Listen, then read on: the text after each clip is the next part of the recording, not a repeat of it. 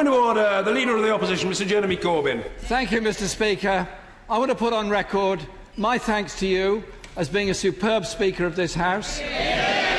My thanks to you as a colleague in Parliament, and my thanks to your family for the way in which they've supported you through often very difficult times when many of the media have been very unfair on you. And your two sons are getting good at football. I did some kicks with them in the Speaker's Court the other day. I was very impressed, actually. They're coming on well. And I know you support the same club as me. But, Mr Speaker, in your role as Speaker, you've totally changed the way in which the job has been done. You've reached out to people across the whole country. You've visited schools, you've visited factories, you've visited offices, you've talked to people about the role of Parliament and democracy. And I've never forgotten you coming to sit in Islington College in my constituency and spending the morning with me talking to a group of students, all of whom had learning difficulties, and we discussed with them the roles of democracy and Parliament. And you've taken absolutely on board the words of Speaker Lenthal, that you're there to be guided and act on behalf of our Parliament. This Parliament is the stronger for your being Speaker. Our democracy is the stronger for your being the Speaker. And whatever you do when you finally step down from Parliament, you do so with the thanks of a very large number of people. And as one that has made the role of Speaker in the House more powerful, not less powerful, I welcome that. And as somebody who aspires to hold executive office, I like the idea of a powerful Parliament holding the executive to account. It's something I've spent the last 35 years doing myself. So, Mr Speaker, enjoy the last short period in your office, but it's going to be one of the most dramatic there has been, and I think your choice of timing and date is incomparable and will be recorded in the history books of parliamentary democracy. Mr Speaker, on behalf of the Labour Party, I thank you for your work in promoting democracy and this House. Thank you.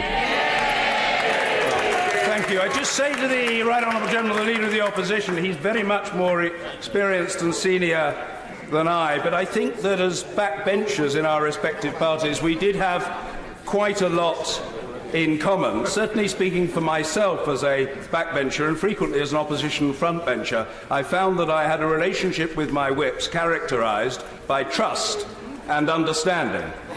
I didn't trust them and they didn't understand me.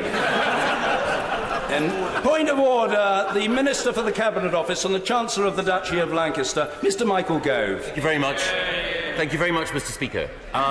I would like to, perhaps for the first time, associate myself wholeheartedly with the comments of the Leader of the Opposition.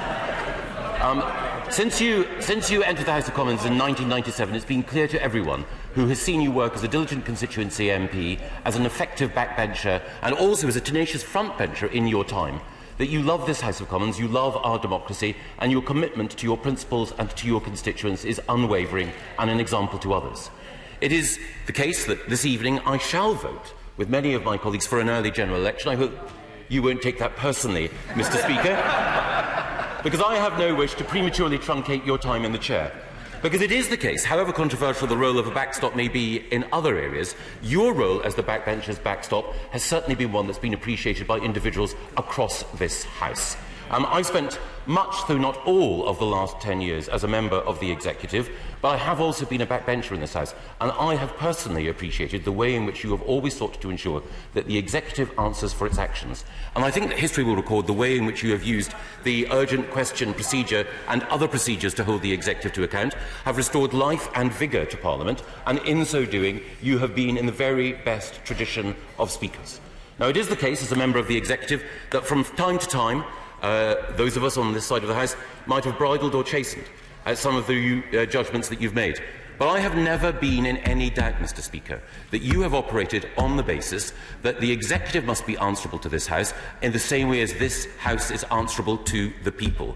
You have done everything in your power in order to ensure not just the continued, but the underlined relevance of this place. Your love of democracy is transparent in everything that you say and do, and in such, I want to, on behalf of myself as an individual and on behalf of the Conservative Party, to say thank you. And as a fellow parent of pupils at a distinguished West London Comprehensive, Can I also say how important it is that discipline is maintained in this House, and your energetic efforts to do so are appreciated even by those of us who may not always be the best behaved in class. Well, I thank the right honourable gentleman. That was characteristically generous and gracious of him.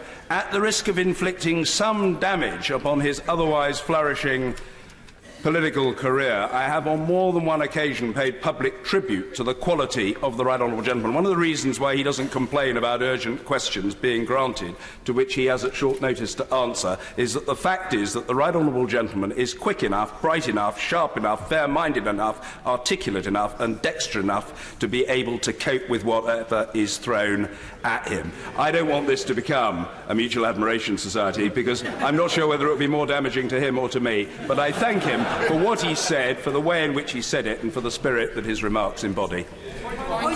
Yes, of course. Point of order.